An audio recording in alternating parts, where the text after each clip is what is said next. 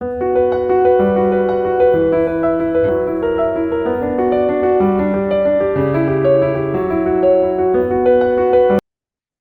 so let's get going.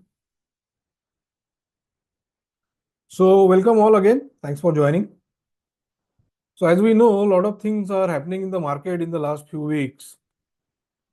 Donald Trump has talked about tariffs, and some tariffs have already been applied on Canada and Mexico and China. Then in India, we had the RBI rate cut.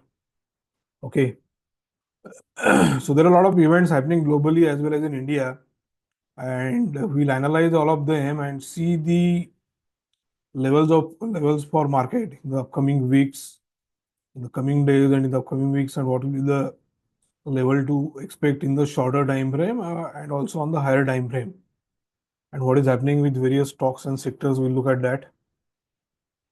Okay, so as I said, some of the major events which have happened recently.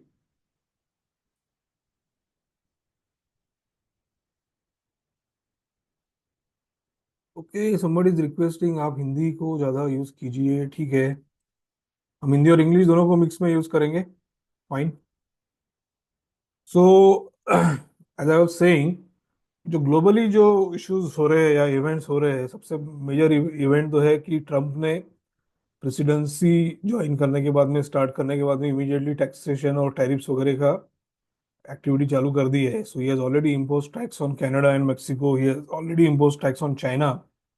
उसकी वजह से जो emerging countries है उनके markets pressure में है, and as we can see that India market is also under pressure. तो ये टैरिफ्स का मैटर चलने वाला है और उसकी वजह से मार्केट में बहुत ज़्यादा वॉलेटिलिटी रहने वाली है। Okay, and as we know, we experience that in the last term of Trump. तो काफ़ी बार ये कुछ पॉलिसी डिसीजन लेते हैं, उसको रिवर्स करते हैं, उसकी वजह से मार्केट में बहुत ज़्यादा वॉलेटिलिटी रहती है। बाद में इंडिया का अगर हम देखते हैं तो लास्ट वीक आरबीआई ने रेट कट डिक्लेयर किया। 0.25% से रेट ऑफ इंटरेस्ट कम हुआ है इंडिया में। अब ये इकोनॉमी के लिए पॉजिटिव है या निगेटिव है, will see it on the charts. Okay, chart से हमको थोड़ा सा उसका अंडरस्टैंडिंग होगा कि इससे हमको फायदा होने वाला है स्टॉक मार्केट को, इकोनॉमी को, या नहीं होगा। So all information we can see on the charts. हम लोग स्पेक्यूलेशन करने के बजाय कि मुझे ऐसा लगता है कि बजाय चार्ट्स पे जो दिख रहा है, जो फैक्ट्स है, उससे हमको ज़्यादा क्लियर पिक्चर हमेशा पता चलता है। बाद में बजट में, as we all know, and सबको अभी ये टॉपिक पता है कि इनकम टैक्स कम हुआ है इंडियंस के लिए, मिडिल क्लास के लिए। तो इनकम टैक्स कम हुआ है तो अच्छी बात है बहुत सारे लोगों के लिए। Like lot of people are getting a benefit of 5,000 to 10,000 rupees per month, depending upon आप योर टैक्स स्लैब। जिनका टैक्स स्लैब 15 लाख के आसपास है, उनको एक 5,000 6,000 पर मंथ का बेनिफिट मिल रहा है। जिनका टैक्स स्लैब 20 लाख से 25 लाख के रेंज में है, sorry not tax slab, your annual income, जिनका एनुअल इनकम 20 लाख से 25 लाख के रेंज में है, they are getting a benefit of like 9,000 rupees, 10,000 rupees per month. तो अच्छा बेनिफिट है। From the individual perspective it is fine, but इसका स्टॉक मार्केट के ऊपर या इकोनॉमी के ऊपर क्या इम्पैक्ट हो रहा है, that also we need to see. और हमारे लिए वो from the stock market participation point of view वो इम्पोर्टेंट है। And then rupee is falling against dollar continuously. अगर आप फॉलो कर रहे हो रुपीज के प्राइस को, तो rupee has crossed 87 for $1, which is the huge fall for rupee. Okay, तो हम रुपी का भी चार्ट देखेंगे, तो इस सब का मार्केट के ऊपर क्या इम्पैक्ट हो रहा है या क्या इम्पैक्ट हो सकता है, विल टॉक अबाउट दैट।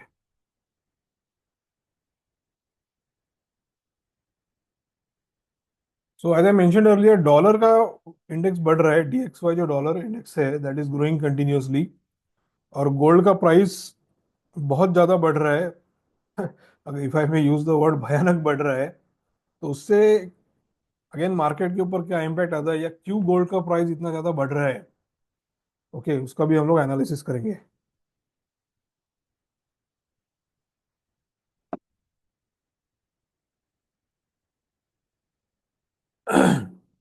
बाद में एफआईआई और डीआईआई का क्या एक्टिविटी चल रहा है, जो फॉरेन इंस्टीट्यूशनल इन्वेस्टर्स है और डोमेस्टिक इंस्टीट्यूशनल इन्वेस्टर्स है, किसका बाइंग चल रहा है, कितना बाइंग हो रहा है, कितना सेलिंग हो रहा है, and is that reflecting on the market, will look at that. तो नेट नेट हमको देखना है कि अभी इंडियन मार्केट में नेक्स्ट क्या होने वाला है, क्या लेवल्स हम लोग निफ्टी, बैंक निफ्टी के लिए एक्सपेक्ट कर सकते हैं। कौन से स्टॉक्स बुलिश है, कौन से स्टॉक्स बेरिश है, will check that. So as we normally do when we are doing the market analysis, we'll analyze Nifty and Bank Nifty and important levels to watch from the short term point of view as well as from the higher time frame point of view. Then we'll analyze of course SPX and Nasdaq. जिनको पता नहीं है, SPX is the largest index in the world. जो US के जो top 500 companies है उसका index है SPX. और Nasdaq is for the 500 top technology companies in US. बाद में DXY जो डॉलर इंडेक्स है, bond yield, WTI is crude oil index, and gold, of course. We'll look at the charts. Important past and upcoming events. We already spoke about that, and we'll look at momentum stocks. Then we'll take Q&A at the end. आपके कुछ questions है, queries है, आप अभी note down कर सकते हो. We'll discuss them towards the end. So before we move, for those of you who don't know, my name is Ritin Chaudhary, and I am director at this firm RJS Consulting, and we are into the business from last 9 years. The wealth management services we are offering for stock market, private equity, cryptocurrency. Prior to that, I worked in the IT industry for almost 15 years, not in software development, but in corporate roles. That's a quick background about myself. So let us discuss. Let us go ahead. Okay, so let us look at a Nifty chart. तो ये Nifty का chart है monthly time frame के ऊपर. Okay, let us start from a lower time frame first.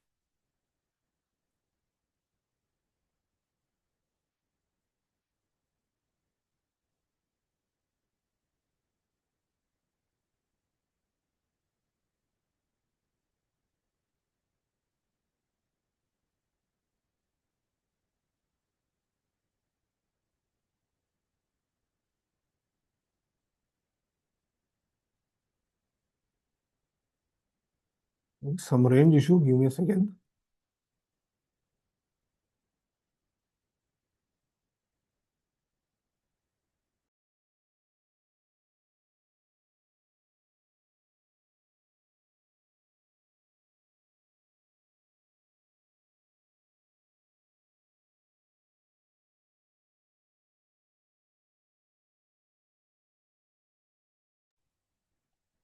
Sorry for the technical issue. There was some net problem.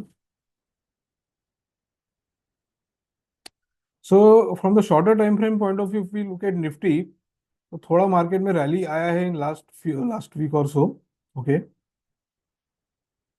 अगर हम daily chart के ऊपर देखते हैं,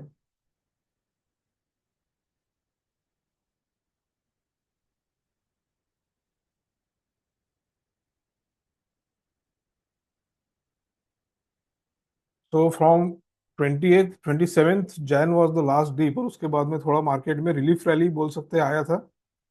बजट से एक्सपेक्टेशंस थे कि बजट से काफी सारा रिलीफ मिलेगा, तो उसकी वजह से मार्केट में थोड़ी रैली आई. बट वो रैली सस्टेन नहीं हो पाई है. As we can see, Tuesday onwards market has been going down from 4th Feb onwards. Okay, तो शॉर्ट टर्म में क्या लेवल्स निफ्टी के आ सकते हैं और क्या लेवल्स सपोर्ट है, क्या लेवल्स रेजिस्टेंस है, will quickly look at that. तो शॉर्ट टर्म टाइम फ्रेम के हिसाब से अगर हम लोग देखते हैं, तो यहाँ से निफ्टी 23,850 या लेट्स से 24,200 या 24,150 इस लेवल तक जा सकता है from the shorter time frame point of view. और अगर सपोर्ट की बात करते हैं तो इट कैन गो टू 23,200 और the last low that was 22,800. तो ये लेवल्स है निफ्टी के from the shorter time frame point of view. इस रेंज में अराउंड 1,000 पॉइंट्स और 1,500 पॉइंट्स का रेंज है. इस रेंज में निफ्टी रहेगा. इसमें का अगर कोई मेजर सपोर्ट है, मेजर रेजिस्टेंस अगर ब्रेक होता है, तो then we can see a large move. Large move यानी क्या है कि अगर सपोज आपका रेजिस्टेंस 24,000 है या 24,200 है फॉर एग्जांपल, अगर ये ब्रेक होता है तो फिर नेक्स्ट लेवल डायरेक्टली आपका 25,000 के आसपास है. और उसके बाद में जो प्रीवियस टॉप था all the way up to 26,250. Okay, so this is the resistance that we can expect. But looking at the overall market condition, 24,200 cross होगा इन द नियर फ्यूचर ऐसा लगता नहीं है। ओके, अगर 24,200 के आसपास मार्केट जाता है तो आपको यहाँ पे प्रॉफिट बुकिंग करना चाहिए, that is what I will suggest. क्योंकि market overall is bearish from the micro economic point of view. Support की अगर बात करते हैं तो 22,800 is a strong support area जो प्रीवियस लो था।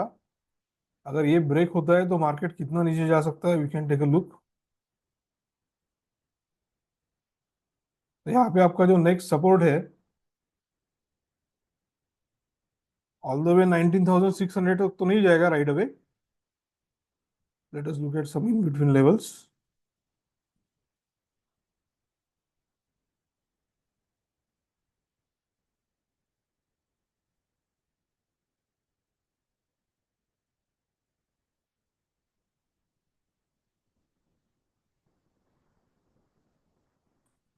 22,400।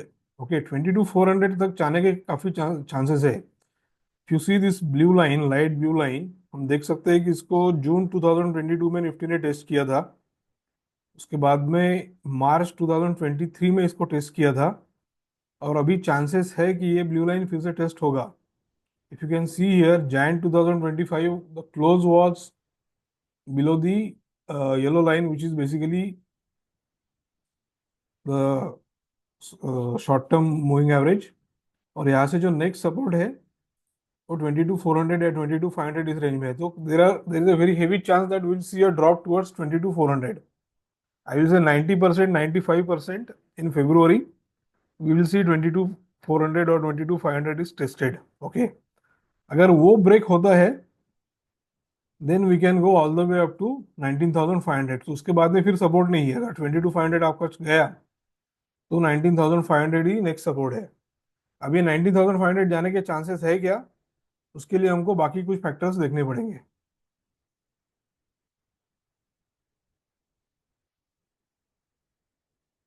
Late us look at bank Nifty. Bank Nifty short term point of view से अगर देखते हैं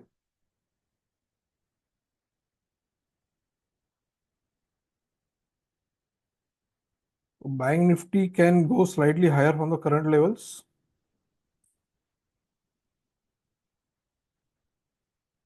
तो अराउंड 53,500 तक बैंक निफ्टी का रेजिस्टेंस है करंटली, जो 50,150 चल रहा है, या 50,000 रफली पकड़ लीजिए। तो यहाँ से 53 तक जाने के चांसेस है, because bank Nifty as such is a volatile index. तो बड़े बड़े मूव बैंक निफ्टी में आते हैं।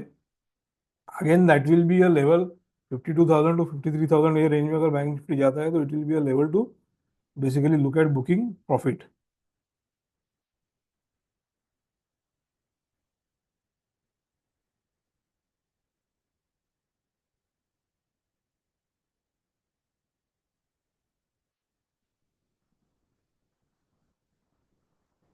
ओके,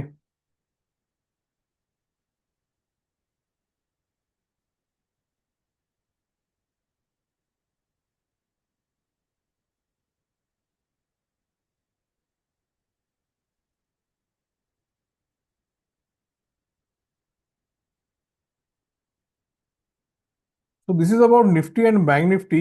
अगर हम लोग इसको समराइज करते हैं तो these are the levels that we can expect. अगर शॉर्टर टाइम फ्रेम देखते हैं तो निफ्टी 23,300 टू 23,700 इस रेंज में रहेगा, अराउंड एक 400 पॉइंट्स का स्मॉल रेंज है।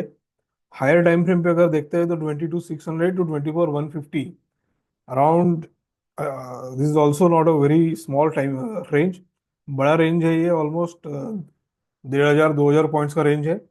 So this is the range that we can expect for Nifty for February and maybe March. Okay, अगर इतना बड़ा रेंज प्ले होता है तो जो स्टॉक्स होते हैं उनका स्टॉक्स का जो मूवमेंट है वो 15 to 20% मूवमेंट स्टॉक्स में होगा। लार्ज कैप स्टॉक्स है, मिड कैप स्टॉक्स है। अगर आपका निफ्टी 5% के आसपास मूव हो रहा है तो आपके स्टॉक्स जो है 15% 20% मूव करेंगे। Similarly if you look at bank Nifty currently it is 5160 as we already saw on the charts. तो ये शॉर्टर टाइम फ्रेम में 47,500 टू 53,000 इसका रेंज है। So around 2,000 on the lower side and around 2,000 on the higher side. Higher time frame में अगर देखते हैं तो बैंक निफ्टी का जो सपोर्ट है इट इज क्लोज टू 43,000 का। डाउन साइड ज्यादा दिख रहा है बैंक निफ्टी में कंपेयर टू निफ्टी। और जो रेजिस्टेंस है it is 57,000। So again, in the shorter time frame, I don't expect a Nifty to Bank Nifty to cross 53,000. 57,000 जाने के चांसेस कम है, 43,000 जाने के चांसेस ज्यादा है. सिमिलरली फॉर निफ्टी 24,150 जाने के चांसेस कम है, 22,600 जाने के चांसेस ज्यादा है from the current levels. So that's so little bit bearish stance we have to maintain for Nifty and Bank Nifty both. And why I am saying a bearish stance is required? For that we have to look at some other charts. So let us look at the chart of gold. अभी gold में बहुत major breakout आया है. Okay, अभी आप बोलोगे कि gold का और निफ्टी बैंक निफ्टी का क्या रिलेशन है. बेसिकली होता है कि जब गोल्ड का प्राइस बहुत ज्यादा बढ़ता है तो वो नॉर्मली जो इमर्जिंग मार्केट इकोनॉमीज है, मैंने ऐसे इमर्जिंग मार्केट इकोनॉमीज यूएस छोड़ के जो इकोनॉमीज है वो सबके लिए वो निगेटिव रहता है. और नॉर्मली अगर गोल्ड इस तरीके से बढ़ता है तो स्टॉक मार्केट के ऊपर प्रेशर आता है, स्टॉक मार्केट नीचे जाता है. सो that is for gold. And gold में रियली ब्रेकआउट हुआ है. If the ladies and your wives are telling you that they want to buy gold, you can please go ahead and do that. अच्छा फायदा होगा आपको अगले साल में, 2 साल में. Then look at USD INR. As I said earlier, 87 cross कर दिया यूएसडी ने. और जो इस मंथ में यूएसडी में एप्रिसिएशन हुआ है, और अदर जो रुपीज में डेप्रिसिएशन हुआ है, it is pretty huge. And as per some analysis it is possible that INR might cross 90. Rupees 90 के ऊपर भी जा सकता है. And that will be very bad for the Indian economy. अगर रुपी 90 के ऊपर जाता है तो it is quite possible that Nifty itself might come down below 20,000. बाद में अगर हम DXY देखते हैं, डॉलर इंडेक्स भी ऊपर जा रहा है, which again shows that there is a problem for the emerging economies. भी यहाँ पे अगर हम लोग देखते हैं कि फ्राइडे को जो इंडिया में आरबीआई ने रेट कट किया था उसका कुछ रुपी के ऊपर इम्पैक्ट आया क्या. तो अगर आप चार्ट देखोगे यहाँ पे तो फ्राइडे को 11:30 तक थोड़ा रुपी में पॉजिटिव मूव हुआ था. रुपी का थोड़ा वैल्यू बढ़ा था. From 87.6 it came down to 87.27.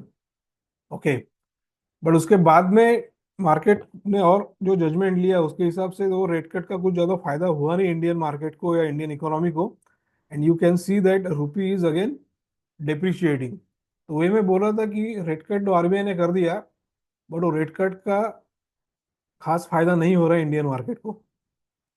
और अगर ये फ्राइडे का जो थर्सडे का जो हाई था 87.62, अगर ये ब्रेक होता है तो काफी फास्ट मूवमेंट होगा रुपीस के डिप्रिसिएशन में या यूएसडी आईएनआर में. तो अगर 88 की तरफ जाता है, 88.5 की तरफ जाता है तो निफ्टी डेफिनेटली 300-400 पॉइंट तो आराम से गिरेगा. So that is the reason I am saying we have to be little bearish on Nifty. And if you look at the SPX dollar chart, अभी यहाँ पे भी रेजिस्टेंस हो रहा है. अभी हमने देखा कि लास्ट 1 मंथ 2 मंथ में जब यूएस मार्केट ऊपर जा रहा था तब भी इंडियन मार्केट नीचे आ रहा था. और अगर यूएस मार्केट ही अगर नीचे जाता है तो इंडियन मार्केट पे और ज्यादा प्रेशर आएगा. And last week was a red week for US market, second red week for US market. And now I guess it is heading towards 5600. अभी करंटली एसपीएक्स का जो रेट है इट इज अराउंड 6,000. तो ये around 5,600 की तरफ आएगा. और अगर आपका एसपीएक्स 5,600 की तरफ आ रहा है, which is like 7-8% drop in SPX, तो बाकी मार्केट्स में भी काफी बेरिश मूवमेंट हमको देखने को मिलेगा. सो नेट नेट ऊपर जाने के चांसेस कम है मार्केट्स इंडिया के Nifty bank Nifty. It's little worrisome situation. जो लोग जो रेगुलर रिटेल इन्वेस्टर्स है जो सिर्फ स्टॉक्स में काम करते हैं, म्यूचुअल फंड में काम करते हैं, उनके लिए next 6 months 1 year are going to be little bit I will say disappointing. RGS के क्लाइंट्स के लिए कोई प्रॉब्लम नहीं है बिकॉज हम लोग हेजिंग करके डेरिवेटिव ट्रेडिंग करके we continue to make profit in the falling market also, so that's not a problem. But overall, from the economy point of view, from the Indian stock market point of view, it's a little bit problematic time frame.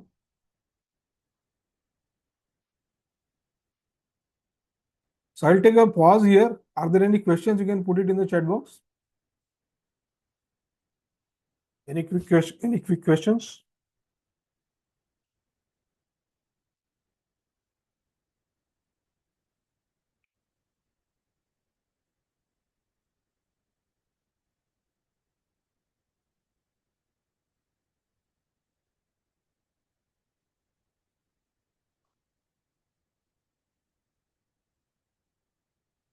तो there is a question about crude oil. तो crude oil तो नीचे जा रहा है तो फिर उसका इंडिया को बेनिफिट नहीं होगा क्या? So it is a valid question. Late us look at the chart of crude oil. I think I had the crude oil chart with me. Yes, here it is.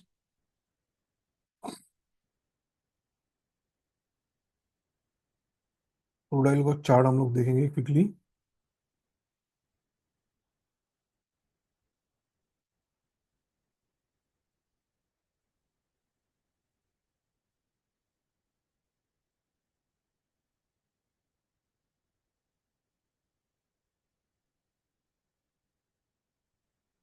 It's a good question and good observation. Crude oil नीचे जा रहा है, but crude oil नीचे जाने का हमको फायदा होगा ही क्या? Not necessary.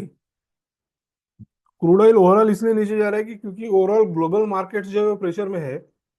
पूरे ग्लोबल मार्केट्स में थोड़ा इकोनॉमिक स्लोडाउन का सिचुएशन है। तो ऑब्वियसली क्रूड ऑयल का डिमांड कम होगा, so that is one reason why crude oil is going down. Another reason why crude oil is going down, क्योंकि यूएस में डोनाल्ड ट्रम्प ने क्या किया है कि वहां पे जो शेल ऑयल ऑयल है उसका मैन्युफैक्चरिंग बढ़ा दिया है। तो यूएस का थोड़ा क्रूड ऑयल का इंपोर्ट कम होगा। That is also having an impact on the prices of global crude oil. But India economy को इसको फायदा होगा क्या? थोड़ा बहुत बेनिफिट हो सकता है, बट मेजर बेनिफिट नहीं है, क्योंकि मेजर प्रॉब्लम अपना अभी जो है that is overall the rupee depreciation. जब तक रुपी डेप्रिसिएशन कम नहीं होता है और जब तक F I I D I आई का इंडिया में एफ आई एस का बाइक नहीं चालू होता है, तब तक Indian economy is going to be under pressure. Okay, तो अभी एफ आई आई का बात निकला है तो let us look at the F I I activity.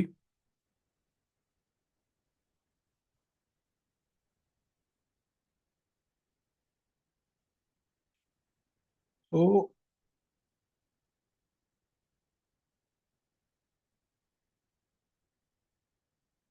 देखिए, ये जो चार्ट है this is showing the F I I buy sell net in crores monthly, and that also for the cash market. Cash market का मतलब होता है not derivative market, stocks का जो बाइंग हो रहा है।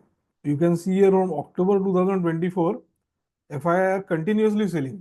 ओके, और अगर हम निफ्टी को देखते हैं, you can see Nifty year monthly, October से निफ्टी भी डाउन ही जा रहा है। It is not a coincidence, it is the impact of the F I I selling की। एफ आई आई बाय नहीं कर रहे हैं तो इंडिया मार्केट डाउन जा रहा है। अभी लोगों को लगता है कि इंडिया का रिटेल इन्वेस्टर्स बहुत इन्वेस्टमेंट कर रहे हैं, आपका म्यूचुअल फंड में बहुत सारा इन्वेस्टमेंट्स हो रहा है, फिर भी मार्केट क्यों डाउन जा रहा है? तो एफ आई आई का मेजर इन्फ्लुएंस अभी भी मार्केट के ऊपर है, and that is clearly seen in the numbers. तो ये अक्टूबर से ये लोग सेलिंग कर रहे हैं और हमारा मार्केट भी डाउन ही है।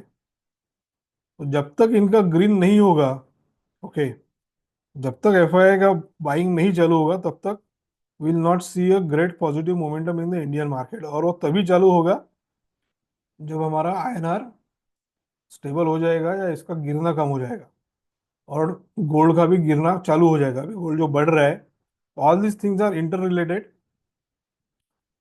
तो ये आप क्विकली यहाँ पे देख सकते हो। Where if you look at DII, DII buy कर रहे हैं। Okay, DII continuously buying. India का जो म्यूचुअल फंड का इन्वेस्टर है वो बाय कर रहा है, बट वो they are going to be in a bit of a shock because lot of portfolios are already down and they'll be further down for the mutual fund investors. तो blindly mutual fund में भी investment करके फायदा नहीं है, that is what you can see here. तो अगर F I I D I net की बात करते हैं तो that also is in red for December and February.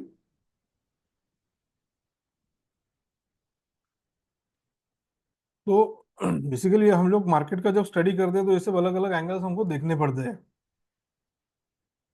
What is it that is happening in the US market, what is it happening that is happening in the bond market. अगर bond market का अगर देखते हैं, US का bond market वो भी recover हो रहा है।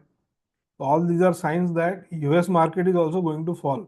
जैसे कि मैंने बोला है, एसपीएक्स जो है it has already painted two red candles on weekly and it is quite possible that it will go further down.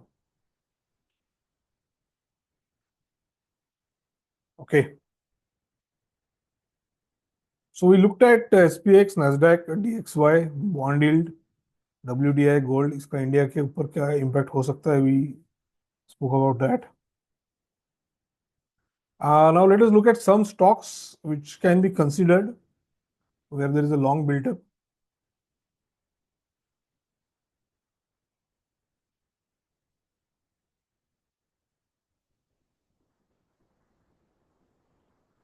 So this is basically information from data. Okay, जो ओपन इंटरेस्ट का data है, buying selling का जो data है, वहां से information derive होता है. And there are only four stocks which are having a proper long buildup, यानी जहाँ पे लोगों का बाइंग इंटरेस्ट अच्छा है. And only four good stocks are available currently: Chambal fertiliser, Glenmark, Manappuram and REC. These are the only four stocks which are having a good buying momentum. Okay, तो ये stocks में आप पोजीशन ले सकते हो. मे बी थोड़ा बाइंग करो, अगर थोड़ा और गिरते हैं तो you can buy little bit more. Okay, so before we move ahead, I just want to quickly tell you about the investment services that RGS is offering.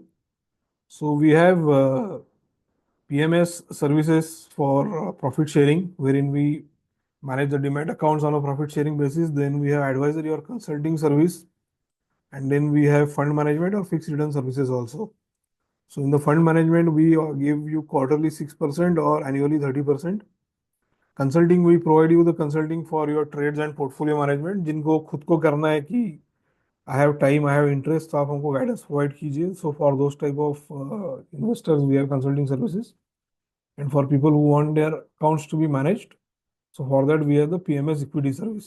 So there are the various services which are available. You can connect with me one to one and discuss about this in detail. Please make a note of it. Trainings, there are some trainings which are there in the pipeline. So in February, we have two trainings, one offline or in-person training and another is an online training. So on February 23rd, we have a in-person session in Pune in the evening. It's a Sunday. And on February 16th, there is an online session. So these are free sessions wherein we are going to discuss about stock investment, stock trading based upon trend, etc. And also we'll discuss about future and option trading with some practical strategies. Okay. So you can register for this trainings or you can contact on this number to register. So we spoke about the long built up stocks. Let us look at short built up stocks. Short यानी जो stocks नीचे जा रहे हैं. So we can take a look at that. Okay, the short built up, there is a longer list. तो ये दिखाता है कि मार्केट में बेरिश प्रेशर ज्यादा है compare to the bullish pressure. As we saw here, long buildup वाले चार ही स्टॉक थे. शॉर्ट बिल्डअप वाले there are multiple stocks, 8 stocks, double double the quantity. So Britannia, Godrej Properties, ITC, LIC, NBCC, NCC, Siemens, TI India. So these are the stocks which are having a strong short built up. Okay.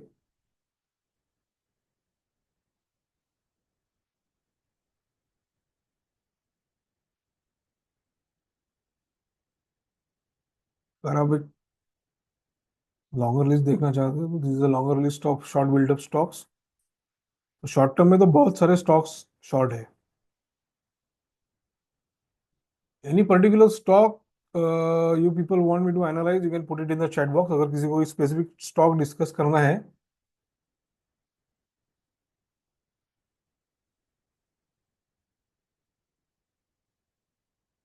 Where to see USD INR value.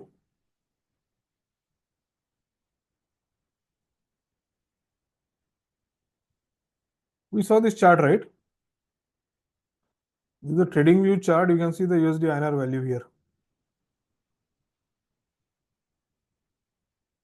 Okay. This was a question.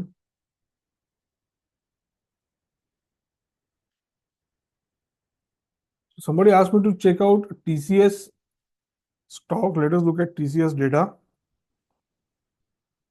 So TCS is having a short build up. Okay. We can take a look at chart also.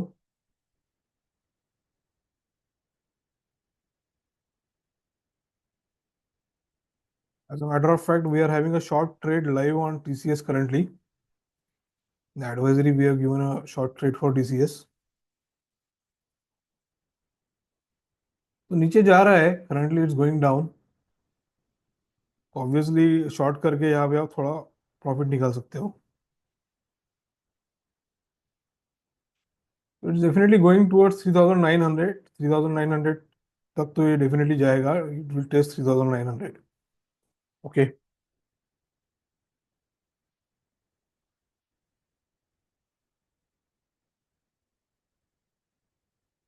So